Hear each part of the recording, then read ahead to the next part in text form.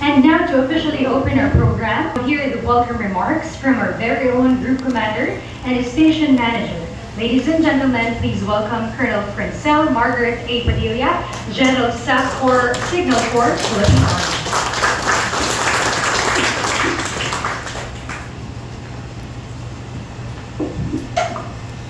Isang maulan po, no? Pero napakagandang hapon pa rin sa ating lahat, and I'm really very grateful po that you have come here to join us in our meet and greet dito sa ating commander ng CRS. So siya pong ating man of the hour, si Major General Oliver C. Makiling, Philippine Army. So nandito po siya, really very eager to mix and mingle with each and every one of you. So, ngayong hapon po, we'd like to greet first ang aking butihing deputy who keeps everything moving and business as usual as I perform my duties elsewhere. Si Major Mark Arinosa. Kilala ko lahat yan. Oo, basta alam yan si Mark. May parisklat nga kanina paglabas sa screen niya. And of course, si SM Ramos, ang SM ng CRS. Si SM Sablon, ang SM ng MCAD, at ang ating First Sergeant, si First Sergeant Pagigan. So alam ko pong MCAD is one unit na kapag hindi ka talented, lulubog ka. No? Nakita niyo po lahat naman kanina, we were nag-showcase tayo ng mga tropa ng MCAD. And each one, including all of you, are really very talented and nandun tayo. Ito po kasi yung the gift of God. Hindi po yan actually just training, no? It's inherent in every individual kung paano ka makakapag-influence sa mga tagapakinig mo. And I'm really very honored to say that each member ng MCAG talagang meron silang hidden prowess, no? And talent to be able to do that. So, to begin with, magandang araw po sa ating lahat. Mga boses na hindi lang pamilya, kundi kabahagi po ng araw-araw na buhay ng ating mga kababayan. Mga anchors ng DWWD, AFP Radio, kilala kayo sa bawat hilig ng inyong delivery mula sa mga matitinding balita hanggang sa mapagkalingang payo. Inspirasyon, at minsan may pag-good vibes din sa mga marites na binibigay natin, but very, very informative as well. So crucial ito ngayon at this point in time na nandito po tayo na nagsasalita sa radyo because iba na po yung tensions that we are facing now. The challenges that the Philippines is facing now is really very greatly, nalipat siya to the information and cyber domain. So napaka-crucial po natin ng mga tagapagsalita because in the cognitive warfare, the new battleground is the mind. So kung ano po yung naririnig nila, ano po yung napi-feed natin na information sa kanila, that's what they shape as a perception. And kayo po ay napakalaking bahagi ng pag-shape ng perception kung sino ang Armed Forces of the Philippines at kung sino din yung mga katuwang ng Sandatahang Lakas ng Pilipinas. So hindi lang po itong meet and greet ngayong hapon.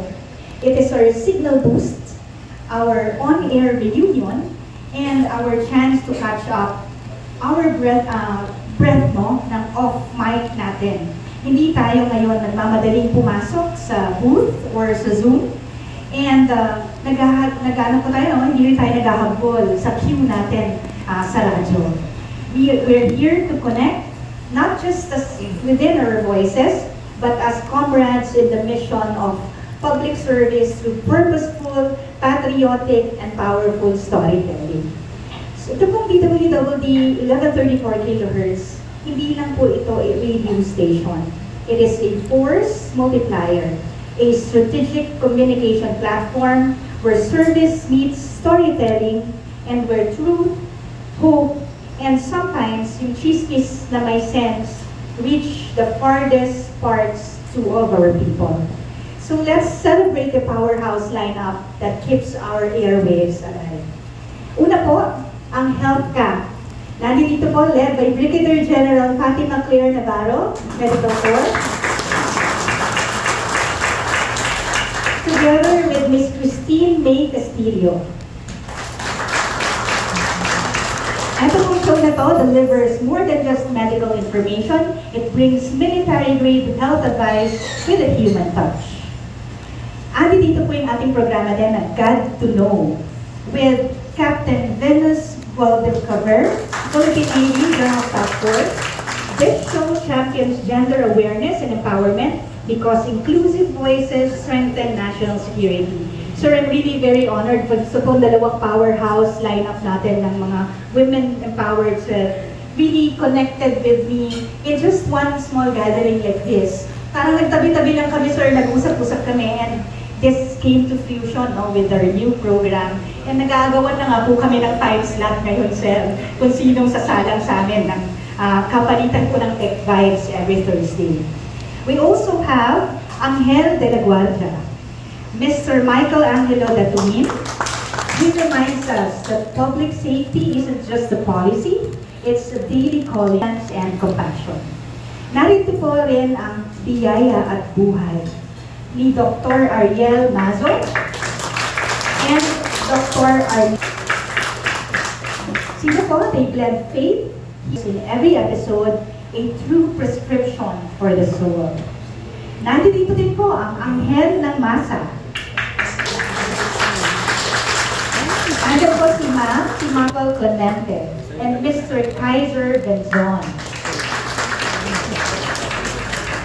This is where stories of the masses are amplified with the heart, humor. Nandito po ang anti-drugs ako at iba pa. With Miss Hugo Sarmiento, she brings fire and focus to anti-drug advocacy, turning the mic into a weapon against addiction. Nandito din po ang gabay at aksyon with Miss Rose Salangon Lamanya and Mr. Lauro Lamanya. They turn advice into action, always ready to guide, assist, and mobilize listeners for change. Andito po ang Armor of God with SMS Ariel Ramos, Philippine Army,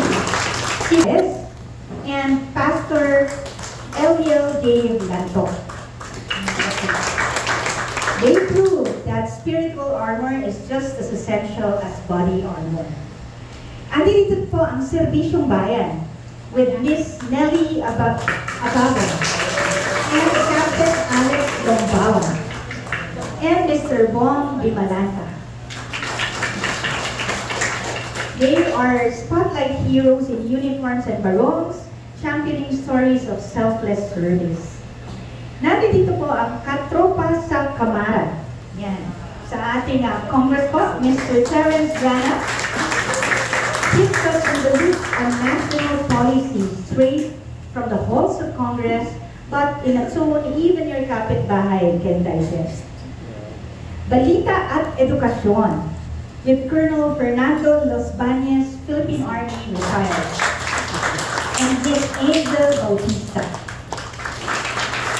So they bring education and news together like peanut butter and pandesal, nutritious and satisfying. Narito rin po ang Pulso at Balita with Mr. Nick Echeverria. Ang pinakamaraming subscribe ngayong araw na ito. He delivers news that beats with the nation's pulse, never flat, always on point. Kapag ginising po nila ako ng maaga, si Kuya Nick na po yun.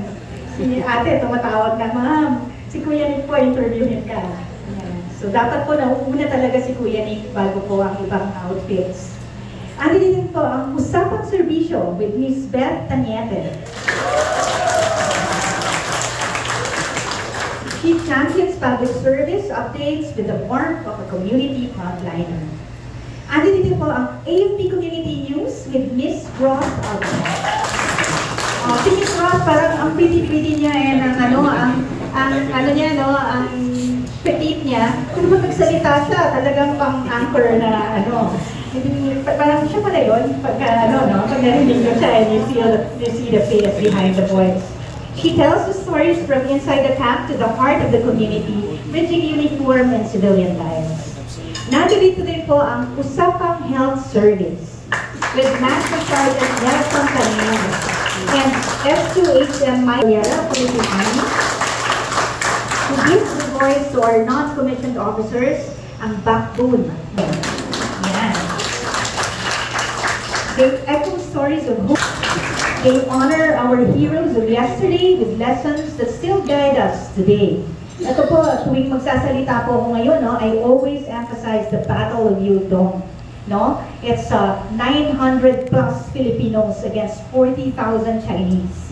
Police Captain Norman Macaraig and Police Captain Cherry Vicente and Patrol Woman Sen Marie Octaviano. And Mr. Vince Manyala. They team the struggles and success with Miss Terry Alta and Mr. Albert Wanhong. Echo stories of sacrifice, resilience, and triumph overseas. So yung inyong lingkod, ang Tech Vibes po, no? That we dive into digital buzzwords like AI, blockchain, and cybersecurity, and explain to the local Filipinos Taglish style, nosebleed free, no? Because in today's world, digital defense is national defense. Dito din po ang Up Pilipinas with Colonel Jerry Zalud and Dr. Divina Pastora Reyes. Yan. They elevate the conversation with discipline, humor, and national pride high to this day. Andito ang Kamusta Pilipinas? Ano nga ba ang lagay ng ating inang bayan sa ngayon? Hosted by our katropang Glenn, si Sergeant Glenn. News Express, to keep you up to date with the latest happenings, is Staff Sergeant Regina Tamano and TFC Spencer Ross with Private Sai Sanbang. Ang boses ng kababaihan, Juana Knows with Corporal Mounted Corpus. Yan. Ang ating booking forever MC. Yan, ang MC ng bayan. And of course, our technical and admin team, hindi po natin makakalimutan yan, si Corporal John Mark Molina, AW1C Cass Perido,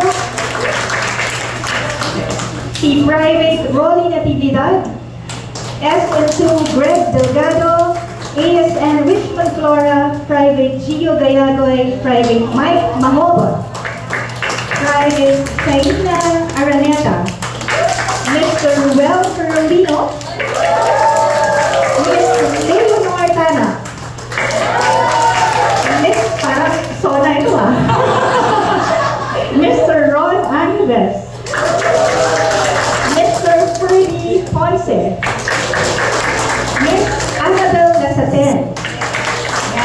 And of course, syempre nag-overlap po itong aking dalawang designation as a Station Commander, Commander of MCAD, and ang spokesperson o tayo safely sa ating mga engagement, and ang bagong-bagong miyembro ng ating hanay, si Corporal Jean Aduan.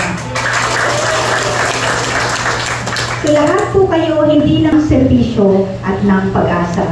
Each program is a tactical unit in our bigger mission to inform, to inspire, and to protect, not just with force, but with truth, empathy, and storytelling. So ngayong araw na ito, let's celebrate each other, not just as anchors, but as communicators of courage, clarity, and commitment. Magpalitan po tayo ng insights, tawanan, konting chika, but always with the mission in mind. Because at TWWD, every frequency carries a purpose. Every broadcast is a battle cry, and every one of you is a frontline warrior in the war for truth, peace, and nation building. Mabuhay po ang ating mga anchors, mabuhay ang DWWD AFP Radio, tuloy natin ang ating serbisyo, tuloy ang kwentuhan, tuloy ang laban. And welcome po sa meet and greet with our commander ng CRS. Magandang